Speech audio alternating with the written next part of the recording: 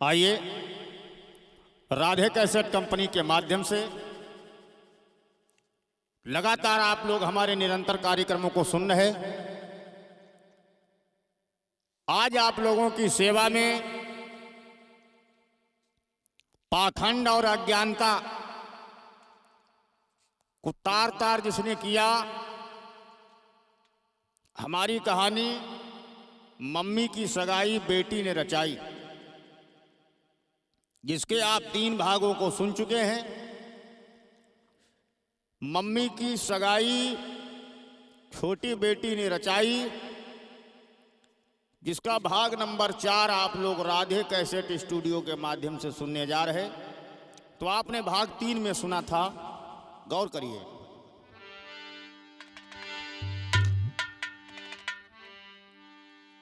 कि संजीवनी अपनी माँ से कहती है कि माँ पहले तू अपनी शादी कर ले और फिर हमारी शादी कर। तो माँ हंस करके और डांट करके संजीवनी को फटकारती है और कहती है क्या कि तो हमारी शादी के पीछे पड़ी हुई, मैं तेरी शादी करने के लिए परेशान हूँ। तो आज क्या होता है सुने आप कहानी मम्मी की सगाई बेटी ने रचाई, भाग नंबर 4। संजीवनी की मां संजीवनी से क्या कहती है मनोज?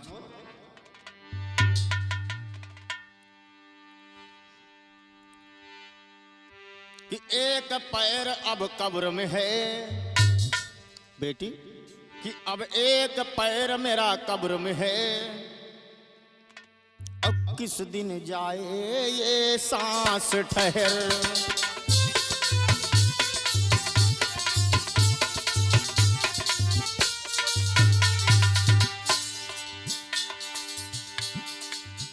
बिटिया संजीवनी, तेरी बातें हमें कुछ समझ में नहीं आ रही।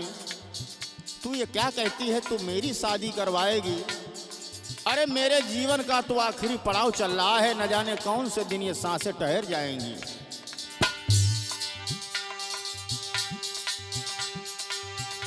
अब एक पैर मेरा कब्र में है,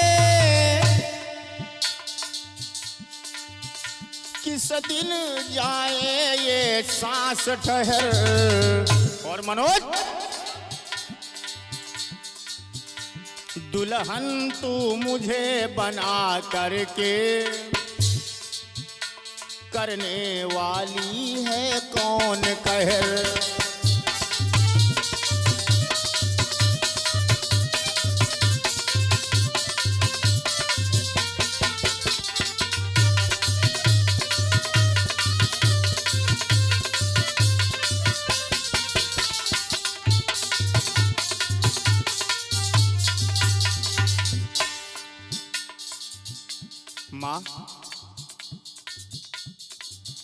माँ एक प्रेम रोगी न सही, पर साथी मैं एकलाती हूँ।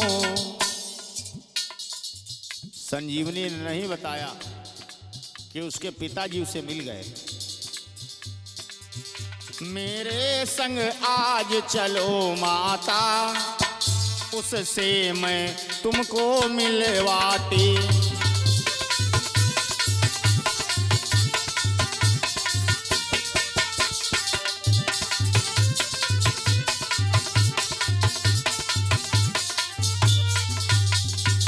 माँ तू हमारे साथ में चल, अरे तेरे लिए एक साथी, और तू अपनी बेटी की जिद समझ, आज तुझे मेरे साथ में चलना होगा। मां, तूने हमारे सुख के लिए अपने जीवन को लुटा दिया। मां बड़ी परेशान है। बेटी संजीवनी हमारा ब्याह करवाएगी? गौर करिए लोगों, अपनी बेटी के सुख हित और मत करना इनकार। माँ, कि अपनी बेटी के सुख हित और मत करना इनकार, और लुटा जवानी आपने मुझे दिया अति प्यार।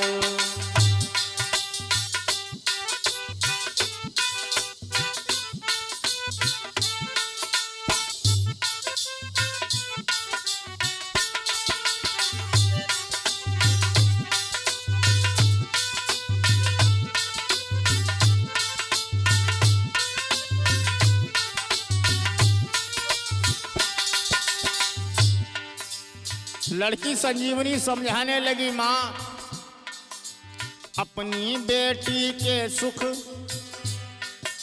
मत करना इनकार, लुटा जवानी आपने दिया मुझे अति प्यार।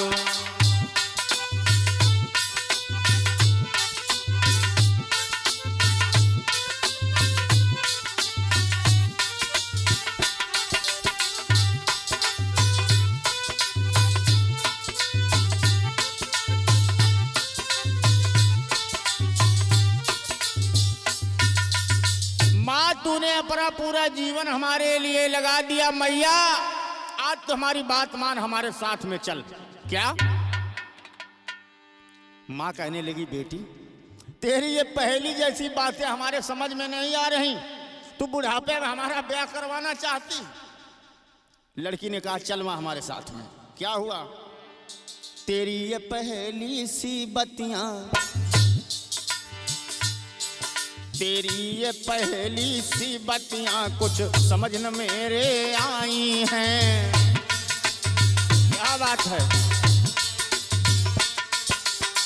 भैया पिंकू? तेरी ये पहली सी बत्तियां कुछ समझ न मेरी आई हैं, पर तेरी जिद के आगे अब, पर तेरी जिद के आगे अब और खड़ी ये बेबस माई है।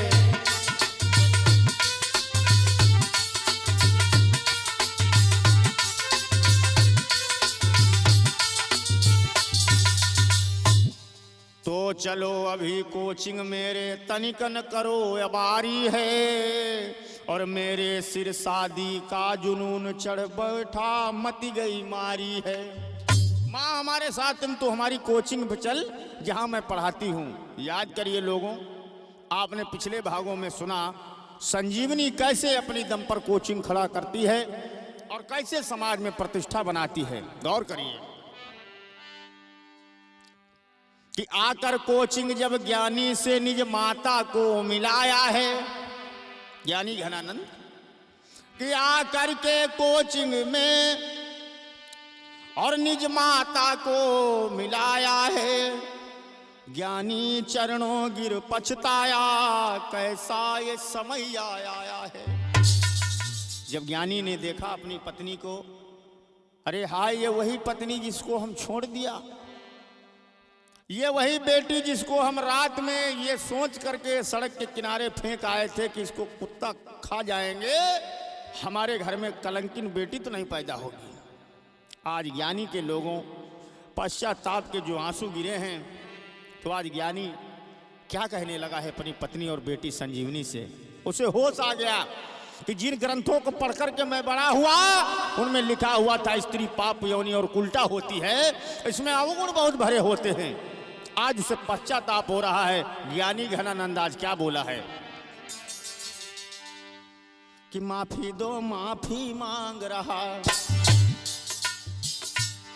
माफी दो माफी मांग रहा, सब अपने दोष गिनाने लगा।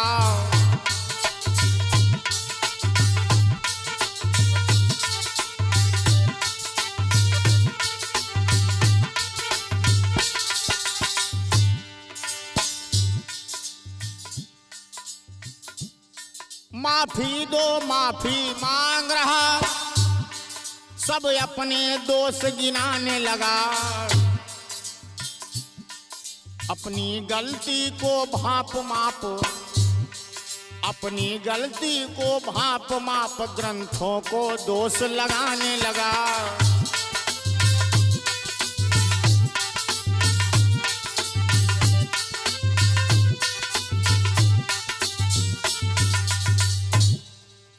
बेटी संजीवनी हमको माफ कर दे, मैं बड़ा जाहिल गंवार, अरे मैंने कितने उत्पात, मैंने कितने अत्याचार तेरी माँ के ऊपर किए। बेटी तेरे पैदा होते ही मुझे तुझे सड़क के किनारे छोड़ आया, ये सोचा कि बेटी बेटी होंगी, एक बेटा होना चाहिए, लेकिन अब मैं समझ गया हूँ बेटी तेरी कोचिंग में पढ़ करके कि स्त्री के द्वारा लड़की होगी या लड़का होगा, ये तो पुरुष की देन होती है। ज्ञानी ने धार्मिक ग्रंथों में कभी गुणसूत्रों के बारे में पढ़ने को नहीं पाया, और ज्ञानी जी अपनी गलती को महिला की गलती थोपते रहे। अच्छे खासे नर नारी को ये ग्रंथ शैतान बना डाले हैं, जन्म लिए जिस माता से उसको ही सर ये सर घाले। और आज ज्ञानी क्या बोला है? 5 सुता संग नारी का और मैं ही हूं हत्यार, और चुल्लू भर जल डूब कर मर जाना था यार।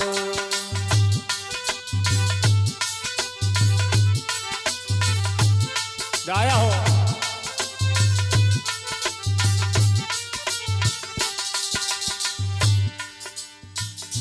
कहने लगा ज्ञानी, हमें तो चुल्लू भर पानी में डूब के मर जाना चाहिए।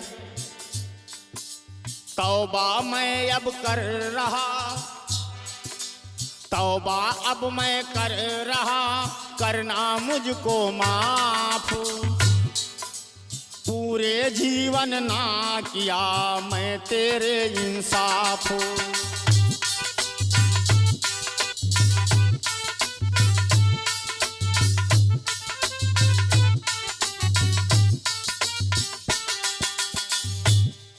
तौबा अब मैं कर रहा, करना मुझको माफ। पूरे जीवन ना किया मैं तेरे संग इंसाफ। हे संजीवनी की माँ, हमें माफ कर दे। मैं तेरा अपराधी हूं, मैं तेरा गुनहगार हूं। जो चाहो सजा आप दे दो, मैं पुत्र मोह का मारा था। अपुत्री है ऐसी जनसेवक मैंने नहीं कभी विचारा था। हमको तो लोगों ने बता दिया, ब्रजेश के जैसे लोग भैया बता दिया ज्ञानी जी को, किताबों में पढ़ लिया।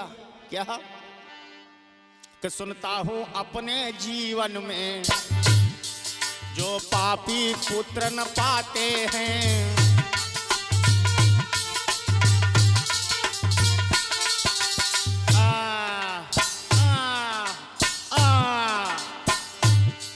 सुनता हूँ अपने जीवन में जो पापी पुत्र न पाते हैं। ये भागवत पढ़ते रहे ज्ञानी जी घनानंद पूरी जिंदगी। दिमाग में चढ़ गई कि बेटा जब तक होगा नहीं तब तक कल्याण होगा नहीं। उन्हें क्या पता था कि बिटिया इतनी बड़ी जनसेवक निकलेगी, इतना बड़ा सम्मान पैदा करेगी। वो स्वयं नरक को जाते हैं, पुरखों को भी ले जाते हैं।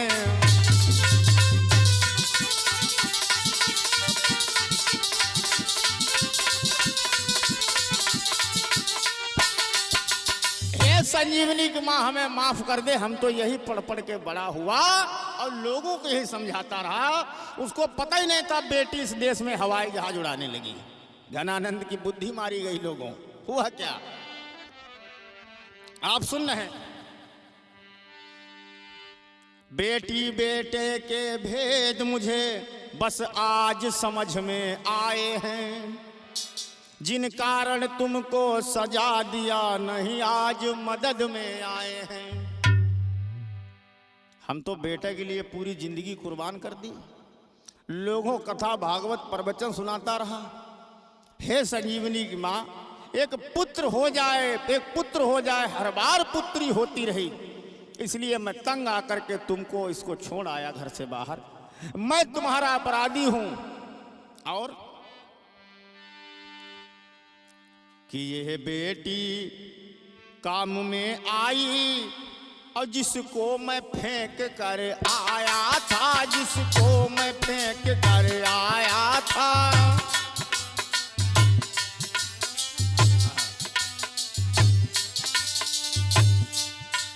धिक्कार मेरे इस जीवन को, कैसा ये नशा छाया था।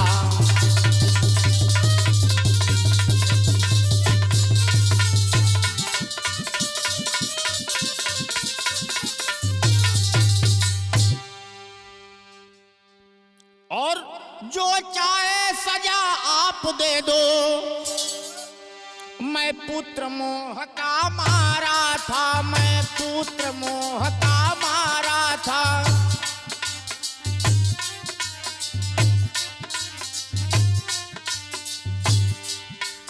पुत्री है ऐसी जन सेवक, मैं समझा नहीं बिचारा था।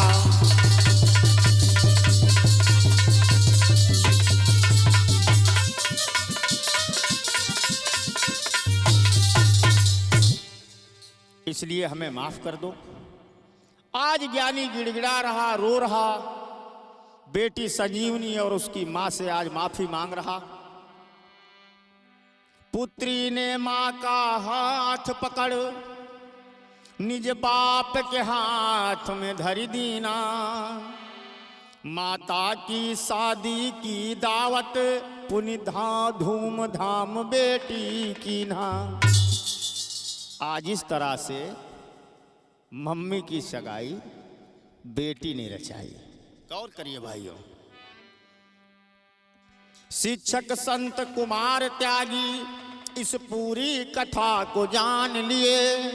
उस बिछड़े माता पिता से तब बेटी का हाथ ही मांग लिए। इधर जो संजीवनी की कोचिंग में जो लड़का पढ़ाता था जिसका नाम संत कुमार त्यागी था, जब वो पूरी कहानी ये जान पाया तो उसने आज जाना कि माँ भी यहीं बेटी भी यहीं, तो आज संजीवनी का उसने हाथ मांग लिया। हुआ क्या, एक दूसरे के हुए और एक दूजे के संग।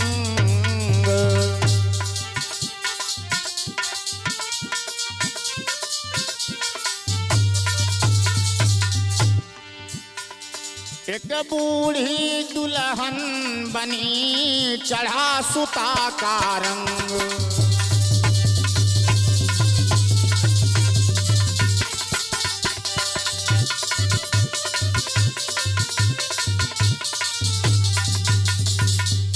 संत कुमार ने शपथ लिया, नारी समान दर्जा दूंगा और अर्धांगिनी आधे की, मालिक धन माल नौकरी कर जा लूंगा। आज इस भाव से ज्ञानी ने कहा, बस आज से मैं अज्ञानन आगे गाऊंगा और सब झूठ लिखा कुछ सत्य नहीं, विज्ञान को गले लगाऊंगा। ज्ञानी जी ने आज विज्ञान को सत्य माना और यह माना कि इन्हीं ग्रंथों में लिखा हुआ पढ़ पढ़ करके हमारा दिमाग खराब हुआ। इस कारण हमने नारी पर अत्याचार किया, बेटी को हम घर से बाहर फेंक आया। आइए गौर करिए, अज्ञान का पूरा अंधकार जीवन भर में फैलाता रहा, विज्ञान को गलत बता करके अपने ही अंग कटाता रहा। ज्ञानी जी ने कहा, हम तो हमेशा यही कहते रहे कि वेदों में दुनिया का ज्ञान भरा हुआ है, वेदों के आगे विज्ञान बेकार है। मगर इन ठेकेदारों से भी पूछिएगा कि जब पूरी दुनिया का ज्ञान विज्ञान भरा हुआ है तो ये आज तक एक सुई अपनी जिंदगी में नहीं बना पाए। ये विज्ञान की बदौलत सुई से लेकर हवाई जहाज तक इस मानव ने खड़ा कर दिया। गौर करिए भाइयों,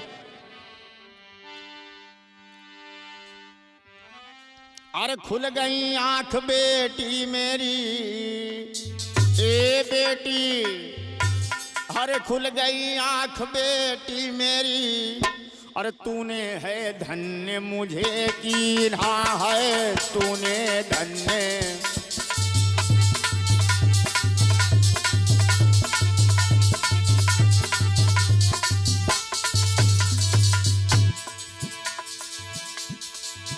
खुल गई आंख मेरी बेटी,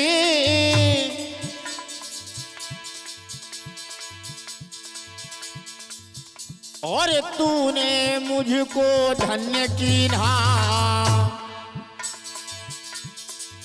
कम पढ़े से ना कुछ जान सका। ज्ञानी कहीं नहीं, हम तो कच्चा 4-5 पढ़े खाली बस सुन सुन जाओ, कथा कहन लगे। हम विज्ञान जानते रहना, विज्ञान होत का उनका क्या पता विज्ञान का होता।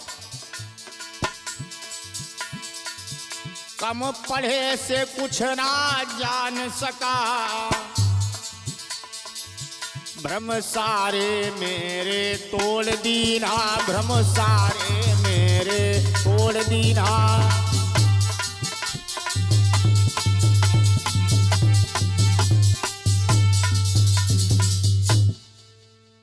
विज्ञान से जगत प्रकाश है, यदि करिएगा योग, संसार नहीं बच पाएगा, करो अगर दुर्योग। तो घनानंद की आंख खुली, अब आई तुम्हारी बारी है, संसार से दुख मिटाने की क्या तुम्हारी अब तैयारी है। देश से दुख कैसे भागे, गरीबी कैसे खत्म हो। अब तक आक्रोश जना सबने और मन तेरे गे जगा गुस्सा, अब अपने खाते डलवाए रहे तेरे वोट का कुछ हिस्सा। तो घनानंद की तो आंखें खुल गईं, संजीवनी ने खोल दी। इस देशवासियों की आंखें खुली, और इस देश के वासियों की आंखें कैसे खुलेंगी, उनकी क्या तैयारी है, इसके बारे में मम्मी की सगाई बेटी ने रचाई, जिसका अंतिम भाग आप सुन रहे हैं। कैसे दुख दर्द मिटाई सबका मिट जाई गरीबी लाचारी, कोई राह कभी दिखलाया क्या नेता दल या तोंदाधारी। काम दाम अति आवश्यक जीवन आनंद उठाने की, आनंद राज आए हैं ये तुम्हें राज खुला समझाने में। आवासीय समान शिक्षा करना, हर वोटर पेंशन पाएगा, अक्षम बुढ़ापा बीमारी कुल बीमा विभाग निपटाएगा। इस देश की गरीबी कैसे खत्म होगी, तो माननीय विश्वात्मा भरत गांधी जी, जो पूरे देश में गरीबों की लड़ाई लड़ रहे, वोटरों की लड़ाई लड़ रहे, किसी जाति बिरादरी की लड़ाई नहीं लड़ रहे। चाहे चमार हो, चाहे पासी हो, चाहे धोबी हो, चाहे धानुक हो, चाहे ब्राह्मण हो, चाहे क्षत्रिय हो, सभी जाति धर्म के लोगों की लड़ाई माननीय विश्वात्मा भरत गांधी जी देश के अंदर लड़ रहे हैं। भरत गांधी जी का आह्वान है वोटर पेंशन। हर वोट देने वाले को महीने में 8,000 रुपया वोटर पेंशन सरकार दे, जिसके वोट के द्वारा आप मंत्री विधायक बने, आप जो है कैबिनेट मंत्री बने, आप राज्य मंत्री बने, आप प्रधानमंत्री बने, आप बढ़िया लग्जरी गाड़ियों में चलते हैं, आप बढ़िया व्यवस्था पाते हैं, आपको टेलीफोन का भी भत्ता मिलता है। लेकिन जिस वोट ने वोट दे करके आपको बनाया, उसको इस देश में क्या मिला? तो छूट जो है टूटी छप्पर टूटी मड़ैया में पड़ा हुआ आज भी इस देश में गरीब। यही विजन हो आपका कोई न दूजी राह, क्लेश मिटाई डॉक्टर राना कहीं, और बस करिए ये चाह। तो जैसे घनानंद की आंखें खुली, वैसे इस देश के गरीब वोटर किसान मजदूरों की आंखें खुलें। इसी इच्छा के साथ में यह कहानी मम्मी की सगाई बेटी ने रचाई, आप तक पहुंचाने का प्रयास किया। इस देश में समान शिक्षा हो, जो बाबा साहब अम्बेडकर ने संविधान में लिखा है समान शिक्षा, मगर हमारे देश में बेईमान चला रहे असमान शिक्षा। शिक्षा का निजीकरण हो चुका है, शिक्षा प्राइवेट क्षेत्र में जा चुकी है। इसलिए इस देश के गरीबों को अब जाग जाना चाहिए और समान शिक्षा के लिए इस देश में लड़ाई लड़नी चाहिए। जब समान शिक्षा होगी तो जहां एक रिक्शा चलाने वाले एक बच्चा पढ़ेगा, वहीं इस देश के मंत्री विधायक का बच्चा पढ़ेगा, और तब जाकर शिक्षा का स्तर सुधरेगा। जब सभी समाजों में शिक्षा पहुंचेगी तो ये देश विज्ञान को पाकर के धन्य होगा। इन्हीं शुभकामनाओं के साथ, मंगल कामनाओं के साथ सभी को नमो बुद्धाय। जय भीम, जय भारत, जय संविधान, जय विज्ञान।